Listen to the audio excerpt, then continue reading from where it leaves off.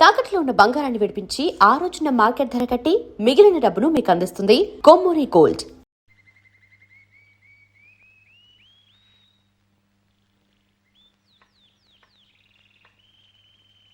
రండి,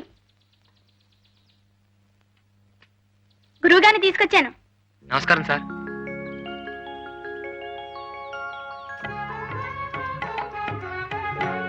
అందరిలాగే నువ్వు మీనాలోని చిలిపితనాన్నే చూస్తున్నావు అనుకున్నాను. కానీ మీనాలోని కళని నా కళ్ళతో ఇలా చూడగలవని ఊహించలేదయ్యా. కొత్త కళ్ళజోడు పెట్టుకున్నారు కదా, కొత్తగా ఏమన్నా చూపిద్దామని మన బ్యానర్లు చూపించాను. అది లేనిది సృష్టించాలంటే ఊహించాలి గాని ఉన్నదో ఉన్నట్టు గీయడానికి ఊహించకండి. నీ పదం ఆమె పాదం తలుచుకుంటేనే బ్రష్ అలా లయబద్ధంగా నడిచిపోతుంది. నువ్వు అలంకరించినట్టు మీనాని ఒక నాట్యమయూరిగా వేదిక మీద చూడలేకపోయినా కళ్లకు కట్టినట్టు ఆ రూపాన్ని చూపించి ధన్యుణ్ణి చేశావు. కళ్లకు చూపునిచ్చింది డాక్టరే అయినా నా మనస్సుకు వెలుగునిచ్చింది నువ్వు. నీకు చాలా రుణపడి ఉన్నానయ్యా. మేము మీకన్నా చిన్నవాళ్ళం, ఆశీర్వదించండి గాని అలా అనకండి సార్. పీచు పెట్టాలంటే మొహం నువ్వును. ఆ పెద్ద బట్ల వారి సంబంధం నీకు నచ్చలేదట్రా పింజారి వెధవా? ఏమిట్రా అమ్మాయికి లోపం ఏమిటి? నిన్నే నేను విజిలేసినా కోతయ్యకుండా నిలబడ్డామంటే షట్లో దోషం సిగ్గులేని వెధవా. అబ్బా, మీరు కూడా ఏమిటండి అరుపులు డీజిల్ ఇంజన్ లాగా? వద్దు. కాపురం చేయాల్సిన వాడే కాదంటున్నప్పుడు మనం ఒత్తిడి తెచ్చి ఏమిటి ప్రయోజనం? బొగ్గులేని ఇంజన్లాగా ఆలోచిస్తాడేమిటి వెధవా? అయినా పిల్లకి లోపం ఏమిటి? పియూసీ చదివింది, టైప్ పాస్ అయింది, నేరో గేజ్ బండిలాగా కుదుమట్టమైన పిల్ల. పైగా 10,000 కట్నం ఇస్తా ఉంటున్నారే. అంతే, మీకు 10,000 ముఖ్యం, ఆ సుఖం అక్కర్లేదు. నోరు ముయ్యరా. నీకోసం కాకపోతే మరెవరి కోసం రా? ఇలా పచ్చ జెండా ఊపుకుంటూ వచ్చే పోయే సంబంధాలని చూడటం అక్కువచ్చా? చాలే ఊరుకోండి. పెళ్లి కావలసిన పిల్లాన్ని పట్టుకుని వెధవా వెధవా అంటూ పాడు చెప్ప మీరును. వాడికి ఆ శర్మగారు అమ్మాయి సావిత్రి మీద ఉంది. ఆ అమ్మాయిని చేసుకుంటానంటున్నాడు. అది సంగతి. అప్పుడే అనుకున్నా వీడిని బ్రాడ్ గేజ్ మీద నడిపిద్దాం అనుకుంటే ఎందుకు వీడు మీటర్ గేజ్ మీదకి వెళ్తున్నాడా అని. అసలు ఆ అమ్మాయితో చీపురు పట్టుకుని తిరుగుతున్నప్పుడే ఔటర్ సిగ్నల్ దగ్గర ఆపేసి ఉండాల్సింది. చెంపిరి వెధవాలి. ఎరా, సావిత్రిని చేసుకుంటావా? నెలవారీ అంటే పట్టుమని చెల్లించలేని ఆ పెద్ద మనిషి సంబంధం నీకు ఇష్టమైందట్రా? అప్పడాలు ఒడియాలు చేసుకునే సావిత్రిని చేసుకుంటావా? అమ్మకు కూడా ఈ సంబంధం ఇష్టమే. అదే సంగతి. తల్లి కొడుకులు ఏకమై నన్ను లూప్ లైన్లకు లాగేద్దామని చూస్తున్నారా? రేయ్, నా ప్రావిడెంట్ ఫండులో 1 పైసా ఇవ్వను. ఇంటి మీదున్న పెంకు మొక్కేవను. ఆఖరికి నా కోటి గుడి కూడా ఇవ్వను. అప్పుడు చూసుకోరా ఈ ముష్టి వెధవకి ఏం చూసుకొని పిల్లనిస్తారో. ఆఖరికి ఆ శర్మగారికి కూడా ఈ సంగతి తెలిసిందంటే ఒరే వాళ్ళ అమ్మాయి వంక కన్నెత్తి కూడా చూడనివ్వరా కంచర వెధవా.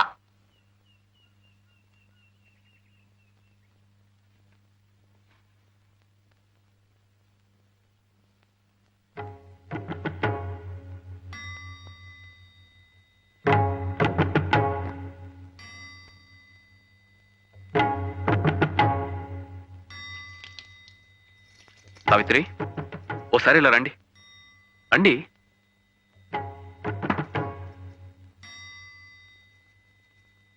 సార్, ఏమిటయ్యా ఇది?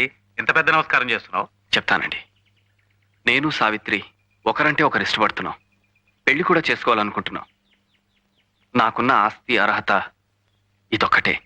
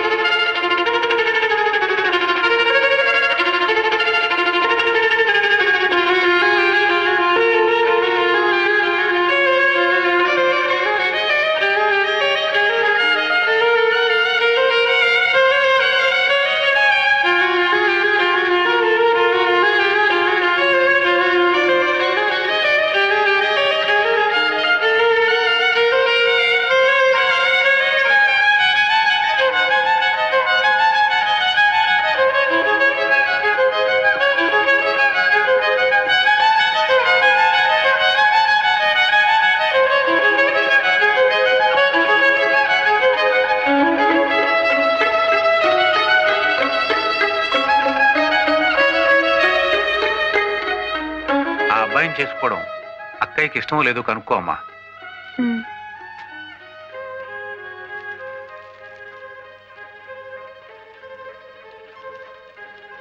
నాన్న చెప్పింది విన్నావుగా, అతను ఉన్న ఆస్తల్లా సంగీతం ఒక్కటే. మరి నీకు ఇష్టం లేకపోతే ఇప్పుడే చెప్పేయి. నాకున్న ఆభరణం కూడా ఒక్క సంగీతమే.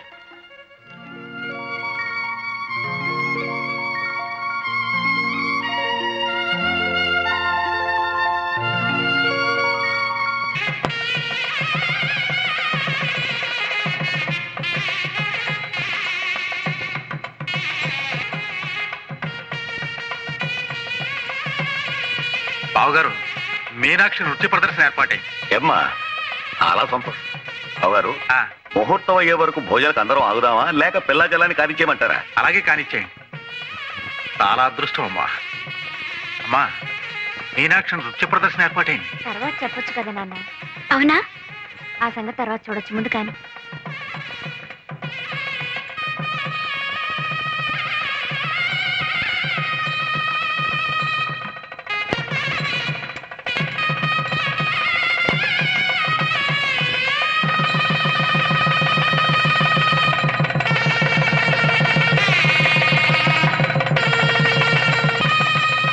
ఇక్కడ కూడా ఏమిటి ఇది?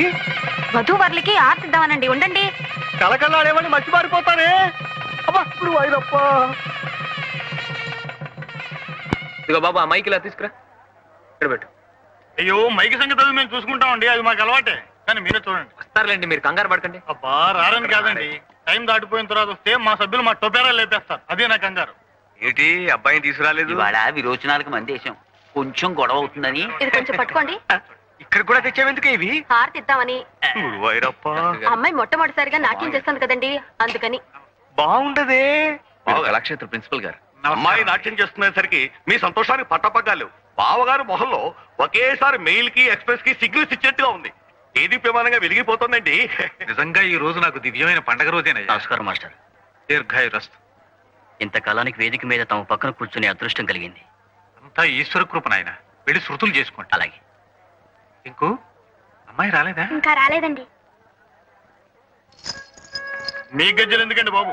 అసలు గజ్జలు కట్టుకుని ఆడవలసిన వాళ్ళు ఇంకా రానేలేదు. వచ్చేస్తారండి. అంతా వచ్చేస్తారు అనేవారే. నాకు అసలు కంగారుగా ఉంది. అమ్మాయి ఇంకా రాలేదే. అలంకరణ పూర్తయిందో లేదు. చేస్తారులేండి, మీరు కూర్చోండి. ఇట్రండి ఇట్రండి. మీరు ఇలా తర్కించుకుంటూ తాపీగా కూర్చుంటే ఎలాగండి? చూశారుగా మా సభ్యులందరూ వచ్చేసారు. మీరైనా వెళ్ళగా త్వరగా తీసుకురండి. అలాగేలేండి.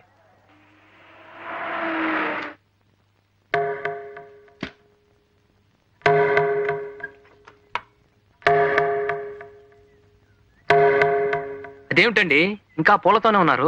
ఇదిగో అయిపోయిందండి. మీనా డ్రెస్ వేసుకుంటోంది. మనం ప్రోగ్రామ్ లో ఇచ్చిన టైం 10, ఇప్పుడు దాదాపు 10:30 కావస్తుంది. మీరు ఎప్పుడు రెడీ అయ్యేది, ఎప్పుడు మొదలు పెట్టేది? కాస్తైనా టైం సెన్స్ లేకపోతే ఎలాగండి? ఎందుకో మీనా అంత ఉత్సాహంగా లేదండి. ఏ ఒంట్లో బాగలేదా? అసలు ఈ ప్రోగ్రాం పెట్టడమే దానికి అంత ఇదిగా లేదు. ఏదో మా నాన్నగారి పోరు పళ్ళకి నేర్చుకుందే గాని దానికి భరతనాట్యాలు కూచిపూళ్ళు అంత ఇష్టం లేదండి. అవి కూటికి గుడ్డకి కొరగావని దాని నమ్మకం. ఇది నమ్మకాలు సిద్ధాంతాల గురించి చర్చించే సమయం కాదు. అసలే మీ నాన్నగారు కంగారు పడుతున్నారు. మీనా గారు నేను తీసుకొస్తాను గానీ మీరు వెంటనే వెళ్ళి జనం గొడవ చేయకుండా మీ పాటలతో ఎంగేజ్ చేయండి. పదండి, ముందు మీరు పదండి. ఇదిగో నాగేశ్వరరావు, అమ్మగారిని థియేటర్ దగ్గర దించేసి త్వరగా వచ్చాయి. అలాగే సార్. మీనా గారు, మీరు త్వరగా రెడీ కావాలి. ఇప్పటికే చాలా ఆలస్యం అయిపోయింది.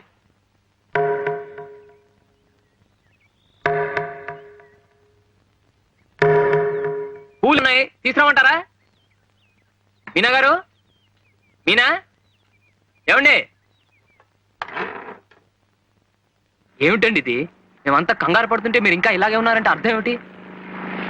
చంద్రం గారు, గుర్రాన్ని చెరువు దాకా లాక్కెళ్ళొచ్చు గాని దాని చేత బలవంతంగా నీళ్లు తాగించలేమన్న సామెత మీకు తెలుసా? తెలీదు, కానీ రౌతి కొద్ది గుర్రం అన్న సామెత తెలుసు. సరేలేండి, ప్రోగ్రామ్ అయిపోగానే బోల్డెన్ సామెతలు చెప్పుకుందాం. ముందు మీరు రెడీగా అండి, మనం 5 నిమిషాల్లో వెళ్ళిపోవాలి. అసలు మీలో ఏ స్వార్థము లేందే నా చేత బలవంతంగా నాకిష్టం లేని పని ఎందుకు చేస్తున్నారు? ఇందులో బలవంతం ఏముందండి? మీరు దొంగతనం చేస్తున్నారా, దోపిడీ చేస్తున్నారా? మీకు వచ్చిన కళని 10 మంది చూసే అవకాశం కలిగిస్తున్నారు, అంతే కదా? నేనేం 10 మంది కోసం బతకాలనుకోవటం లేదు, నా ఆనందం కోసం బతకాలనుకుంటున్నాను. నా జీవితం సుఖంగా గడిచే అవకాశం కోసం ఎదురు చూస్తున్నాను. ఇప్పుడు నా కాళ్ళకి ముళ్ళ కంచెలు కట్టి నిప్పుల మీద ఆడించాలనుకుంటే నేను సహించలేను. మీనాక్షి గారు, ముంగిట్లో ముగ్గుల మధ్యనున్న గొబ్బెమ్మను చూసి ఒక పేడ ముద్దని అసహించుకునే వాళ్ళకి మనం చెప్పేది ఏముండదు. వాళ్ళ సంస్కారం అంతేనని సరిపెట్టుకోవటం తప్ప. ఇంకా మీకు సంస్కారం ఉందని నా నమ్మకం. రండి, మీ నాన్నగారు కొండంత ఆస్తి ఎదురు చూస్తున్నారు. ఆశ పెట్టుకుంది మా నాన్నగారు కాదు, ఏదో ఆశించేది మీరు, ఏదో కావాలనుకుంటున్నది మీరు.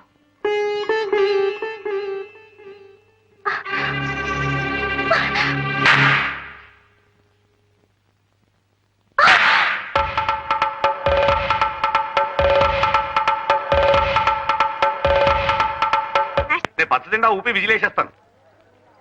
రండి సార్.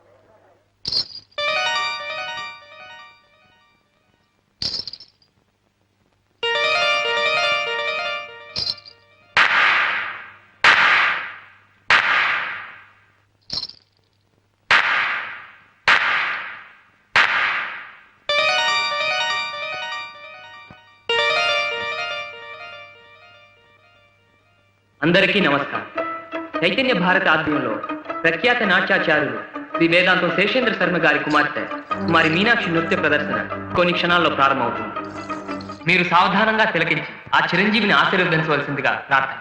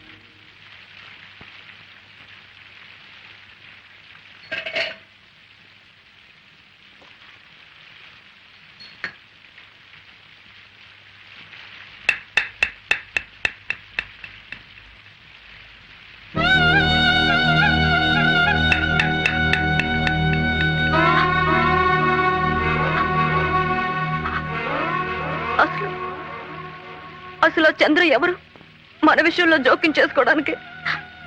నాకిష్టం లేదని తెలుసు కూడా ఎందుకు ఆ డాన్స్ ఏర్పాటు చేయాలి?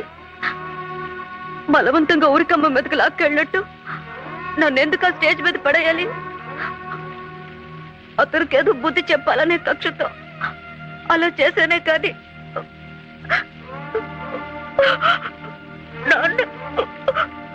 నాన్న మరోలా అర్థం చేసుకుని పిచ్చిదానిది కాదు, ఆ దేవుడిది. లేకపోతే పెద్దవాళ్ళ ఆశయాల్ని ఇష్టాలు తెలుసుకోకుండా పిల్లల మీద రుద్దెట్టు చేస్తాడా?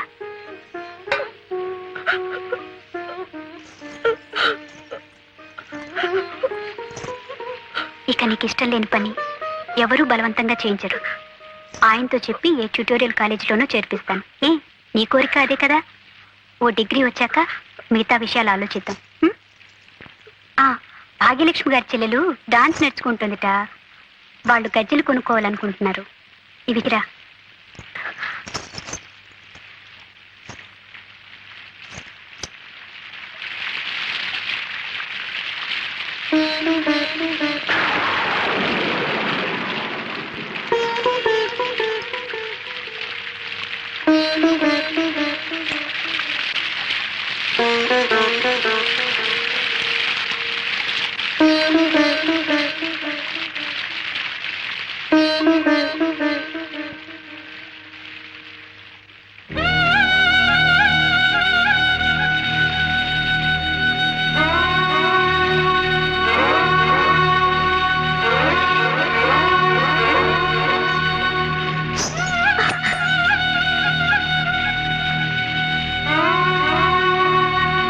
ఇప్పటికైనా మీ కళ్ళు చల్లబడ్డాయా?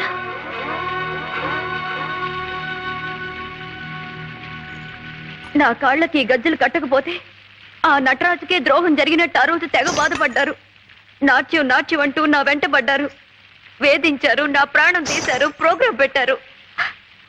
ఏమైంది? ఇప్పుడు ఎవరికండి నష్టం జరిగింది? మీకే. ఏం జరిగినా ఏమీ పట్టనట్టు రంగులు పొలుంగుంటూ కూర్చున్నారు. కానీ మాకు జరిగిన నష్టాన్ని ఎవరు పూడుస్తారండి? పోయిన మా నాన్నగారిని ఎవరు తీసుకొస్తారు?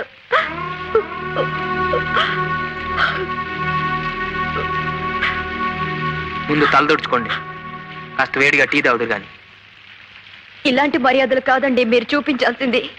ఓ మనిషిని మనిషిగా గౌరవించడం మర్యాద, ఓ వ్యక్తి అభిప్రాయాలకు విలువివ్వటం మర్యాద. కళలంటే మీకంత గౌరవం అభిమానం ఉంటే అవి ఇష్టపడే వాళ్ళ చేత గజ్జలు కట్టించండి, నాట్య మయూరులుగా తీర్చిదిద్దండి. ప్రజలు శభాష్ అంటారు, ప్రభుత్వం సన్మానం చేస్తుంది. అంతేకాని ఇష్టం లేదు మొర్రు అంటున్న నాలాంటి వాళ్ళ వెంట పడకండి, ప్రాణం తీకండి. ఆగండి.